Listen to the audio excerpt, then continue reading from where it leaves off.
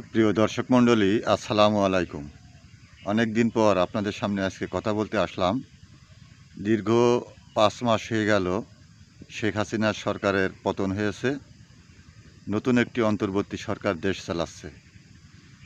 আমরা যারা শেখ হাসিনার সরকার এবং তার দোসরদের দ্বারা নির্যাতিত, তারা আশা করেছিলাম যে শুধু শেখ হাসিনা নয়, শেখ হাসিনা সহ সারা বাংলাদেশের প্রত্যেকটা গ্রামেই শেখ হাসিনার যে সমস্ত দোসর ছিল, তাদের সেই দোসরদের দ্বারা যারা নির্যাতিত হয়েছে তারা একটি ভালো বিচার পাবে এবং যারা নির্যাতন করেছে তারা আইনের আওতায় চলে আসবে। কিন্তু এই ৫-৬ মাসের ভিতরে আমি অন্তত আমার অঞ্চলে যেটা দেখছি যে যারা এই সমস্ত অপকর্ম করে বেড়াতো, নির্যাতন করে বেড়াতো, পুলিশ দিয়ে হয়রানি করতো, তারা দিব্যি রাজার হালে ঘুরে বেড়াচ্ছে।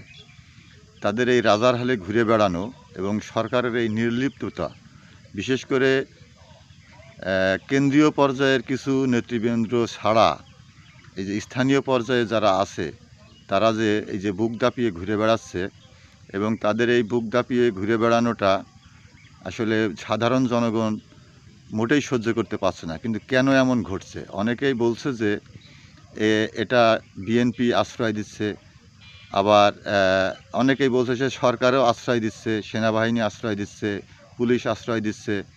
আসলে এমনটা কিন্তু আমাদের প্রত্যাশা ছিল না। বিএনপি আশ্রয় কেন দেবে?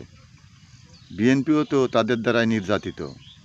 তো আমি যে কথাটা বলতে চাই আমার এলাকার পরিস্থিতির আলোকে, যে আমি এখানে দেখতে পাচ্ছি যে এখানে শুধু বিএনপি না, ভোটের আশায় বিএনপি এবং জামাত উভয়ই এই স্থানীয় শেখ হাসিনার দোসরদের প্রশ্রয় দিচ্ছে, যেটা একজন বিএনপি কর্মী হিসেবে আমি স্বেচ্ছায় স্বীকার করছি, যা মোটেই উচিত না।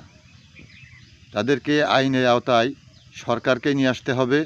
কেননা এই যে ভোটের আশায় তারা বুক দাপিয়ে ঘুরে বেড়াচ্ছে, তারা আবার একত্রিত হওয়ার চেষ্টা করতেছে। তারা যদি পুনরায় আবার একত্রিত হয়ে এই সরকারকে অস্থিতিশীল করে, তাহলে কিন্তু আমাদেরকে আবার মরণ কামড় দিবে। সুতরাং এই ধরনের ভুল যেন আমরা না করি এবং সরকারও যেন এই ধরনের একটা ভুল না করে। সরকারও যেন মনে না করে যে তাদের এই নরম মনোভাবের কারণে তারা বেঁচে যাবে, তা কিন্তু হবে না।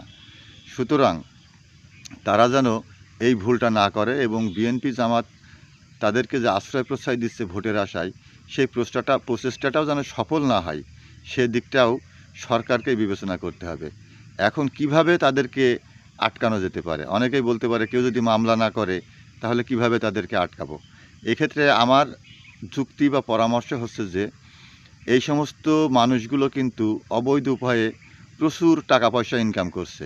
তো তাদের এই অবৈধ টাকার উৎসের যদি হদিস করা যায় বা সরকার যদি দুদকের মাধ্যমে প্রত্যেককেই তাদের সম্পদের হিসাব নেয় এবং তাদের ব্যাংক ব্যালেন্স কী আছে সেগুলোর হিসাব নেয় এবং তার সাথে যদি কম্পেয়ার করে এবং তারা কী পরিমাণ ট্যাক্স পে করেছে সব কিছু মিলিয়ে যদি দেখে, তাহলে তারা কিন্তু অটোমেটিক আইনের আওতায় চলে আসবে। কিন্তু এই কাজটা কেন সরকার করছে না তা বুঝলাম না।